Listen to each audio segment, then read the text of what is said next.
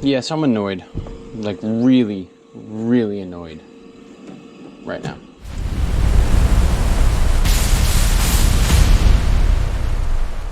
Good afternoon. It is James from Pipe Doctor Home Services. Today is Friday, June 5th. It's 12:20 in the morning, or I guess now in the afternoon. This is part 2 to the This Thing is a Mess video. And guess what? We got to go back again, a third time. Gotta love this manufacturer. Let me know what you guys think. Check out the video and I'll talk to you at the end. Hey guys, part 2, and we're back. We got our dual Venturi, the 300-174-02A by yours truly. Brought a flashlight down. I know that is something that has been brought up in recent comments, and I'm going to work on having better lighting and just overall better quality of content, so that this way you guys can visually see what I'm doing. If you haven't watched part 1 already, take a look at that. I'll put it up in the top corner for you guys to see. But just a quick recap. Flame was going in and out on this unit. We did a service on it, cleaned the igniters, full-blown maintenance, do a flush, filters cleaned, all that fun stuff. After that was done, I went to plug the unit in. Nothing was coming on. It turns out my control board failed. I was having 120 volts come in, but on the left-hand side here, there's these three terminals. Should have 24 volts at. I was only getting like 9, I believe. So the control board had gone bad on me. I put a new control board in, and it was still acting the same way, in and out, going through the parameters. Led to a diagnostic of a bad Venturi, dual Venturi. So what we're going to do is we're going to shut the gas off, we're going to shut the unit, and we're going to get this thing swapped out. I'll be 100% honest with you. This is my first time replacing a dual Venturi. I've replaced different components, 3-way valves, circulator, control board, water pressure sensor, igniter, flame sensor. I'm trying to think what else I replaced. I've done a full heat exchanger, but that I've never done before. So this will be a first time, so bear with me if I'm learning as we go. Obviously, once you have the gas shut and the power pulled from the unit, I would recommend fully unplugging the unit, not just shutting it at the switch here, but unplugging it so that you know you do not have any type of voltage inside of here.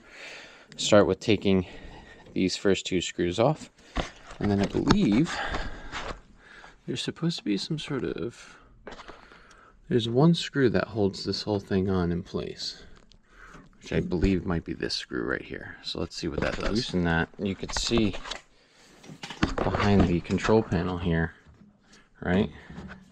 This gas pipe, I loosened it up top, but I didn't loosen it down at the bottom. This wire harness out of the way so you guys can see it a little bit better.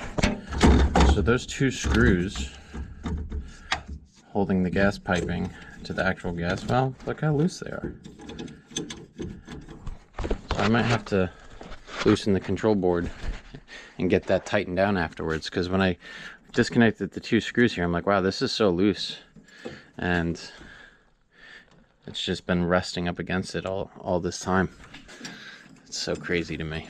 All right, back to what I was doing. So that screw came out, and then this collar piece popped off, and now it looks like I also unplugged the wire harness going to the fan assembly, and it looks like this should slide forward and out. Let me take this off the pressure switch. Wow. That looks like doo-doo. What else is connected? Oh, one more harness. Let's see if I could do this single-handedly, or if I could hold this like this. Let me pull. Perfect. Okay.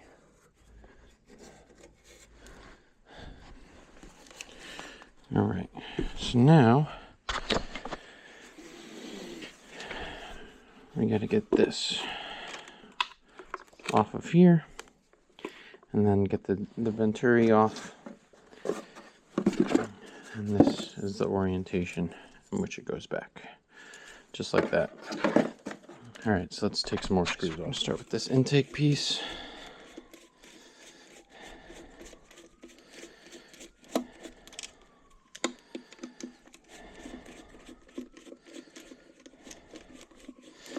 Now I know a lot of people are saying we should just throw this thing in the trash and move on. And trust me, I would love to. But from the client's perspective, they've already sunk money into it. And,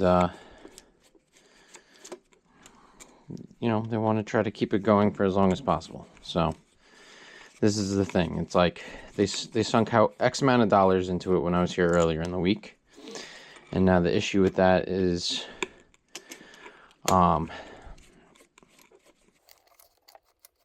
since I use the parts inside this unit, I can't use them on someone else's unit anymore. So it's like I still have to pay for those parts. And then on top of that, a whole new system just doesn't make a whole lot of sense. So I understand where they're coming from.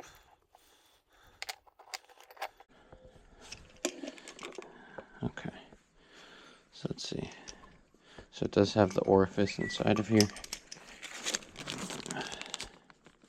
So we're going to take it out and reuse it. My work phone's going off, so just bear with me one moment.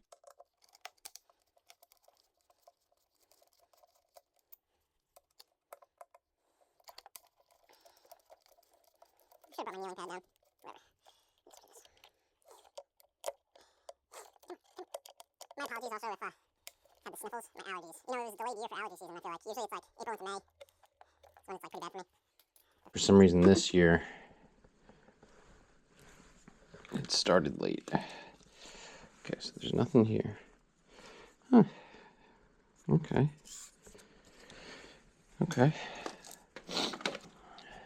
Well, that does look a whole of a lot different. Okay.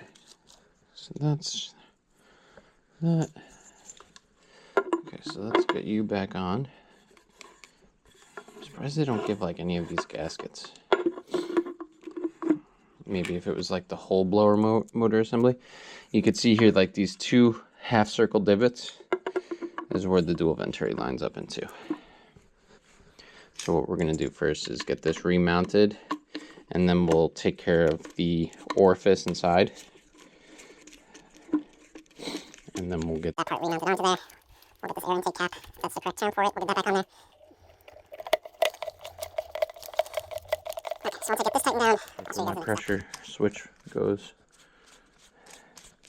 You can see it's just like a blank cap, which is not on the new one.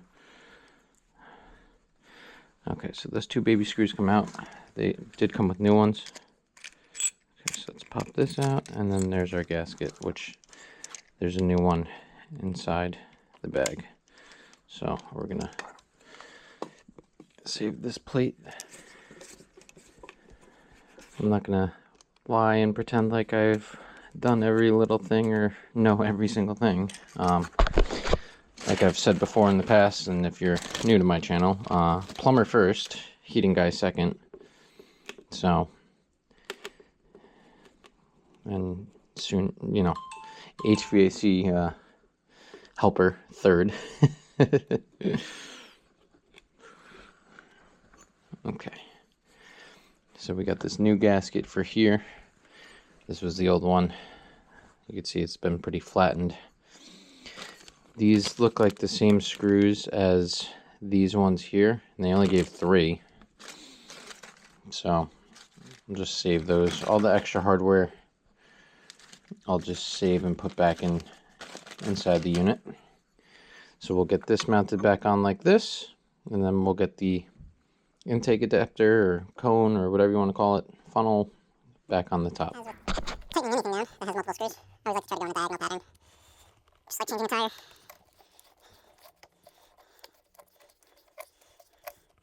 These do have crush washers on them, so you don't need to absolutely annihilate it. Just nice and snug.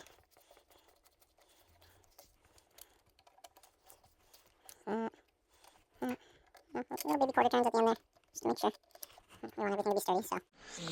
Alright, next up. So you're going to line up, you see how this has this cutout on it, and so does the Venturi. So we're going to line this up, just like that.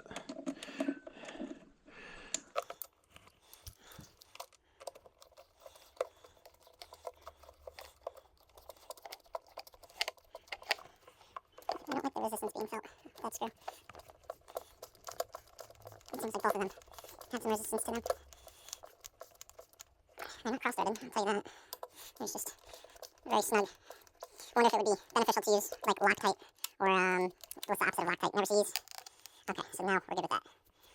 Sure. Okay. That looks good. That looks good. Alright, so we're ready for remounting. It's like I almost feel like I should have done a fan too.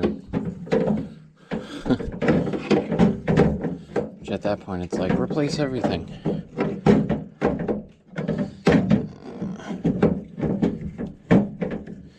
Question is, how did I get this out?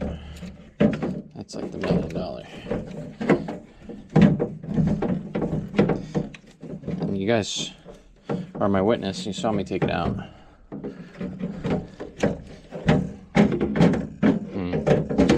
Let's see. Top first. No. Come on.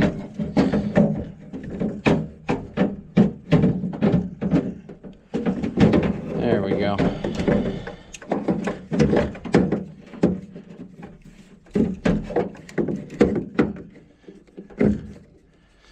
All right.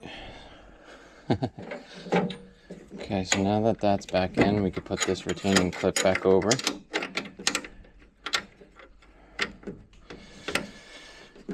Make sure that that clicks into place like that just did. Take our mounting screw and hand tighten that into there until we catch a couple threads. Then we could take our screwdriver. You can see I have my left hand holding up the fan motor assembly right now, just until we have this snug down. Now each model is different. Like, you know, I've watched and researched videos. Sometimes it's just like a little mounting bracket. It's not like this whole entire actual clip. So what we want to do is get our pressure switch plugged back in over here. All right, that's one. And we want to get the wire harness for the Venturi plugged in, which you'll see there is only one way for it to go. I guess it can't go that way. So there's only one specific way for it to clip on, like that. And then for our fan motor, same thing. There is only one way that it can be clipped in. So like that. Then the next step, we are going to tighten up our gas with the 2 screws onto here. And then we're also gonna, an extra step for me is tighten it up down here where it was loose before I even did anything. Gotta tighten up my mount on my camera. Okay, so now that that's good, let's get this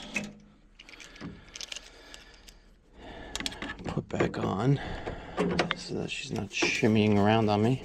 Talk about sketchy. I mean, I just put this control board in, so I hate the fact that I had to loosen it up like that, but can't have loose gas. Everything's plugged back in, pressure switch, wiring harnesses. Yeah, we'll get this thing turned on in the hole. Unit's kicking on. It's hard for me to see with this flashlight, so I'm just going to shut it for now.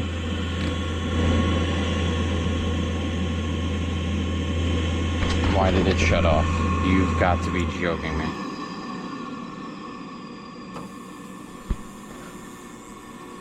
Okay, you can see it's lit. And it's going off again. Hold on, let's give it a minute to maybe purge the gas. Only because we had the gas line disassembled before we start cursing at it. That's what it was. 3 OPR. So I'm min 1, staying lit. And it's running. Let's now go to DMX1.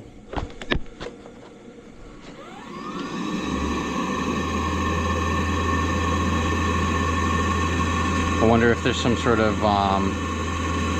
parameter or setting or something that needs to be done with the new Venturi. Okay, so it's staying lit at DMX1. So let's go up now to min 2, which is the second stage.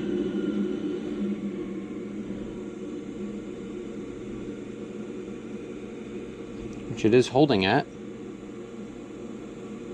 which it was not. Let's go up to DMX2. Give that a second. Okay, so we are in the right direction. It's just for some reason it's still acting the same way when I'm out of these parameter settings. But the good news is I was not able to do this earlier. Yes, I'm annoyed. Like really, really annoyed right now. So as you can see right now, I'm running hot water upstairs, and you know, it's holding fine. It's running, no issues. But going through the troubleshooting technical support, they're telling me now that this hockey puck, this air pressure switch, is sticking. And even though it's holding and working fine right now,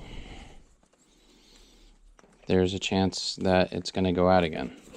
So it's like, now I need to call my client and tell them for the third time or fourth time that something else needs to be replaced in this unit. I really, really don't like that. Like, it's just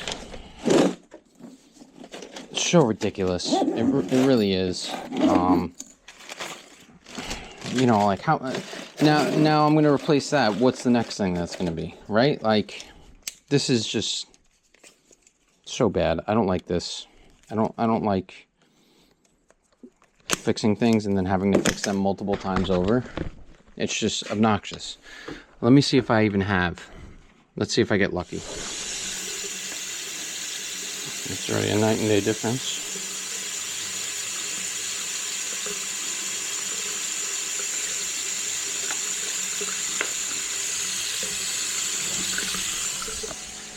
Just leave that running for a bit.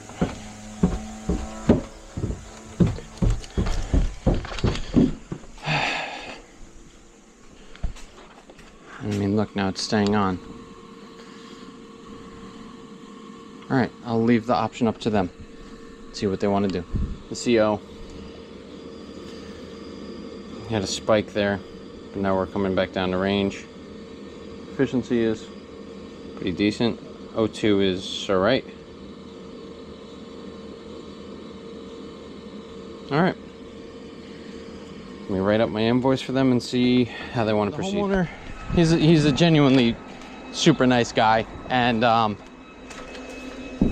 you know, he understands that it's not me in this situation, that it's, you know, just what I'm unfortunately stuck dealing with, and he doesn't want to keep doing, like, leaving uncertainties. So he said, just go ahead, order the part, and I'll see you back when you get it. And I said, all right, no problem. So called Claude over at AF in Glen Cove. That's our go-to guy. I've known him since my previous employer days, and got the part ordered, and I'll be here sometime next week.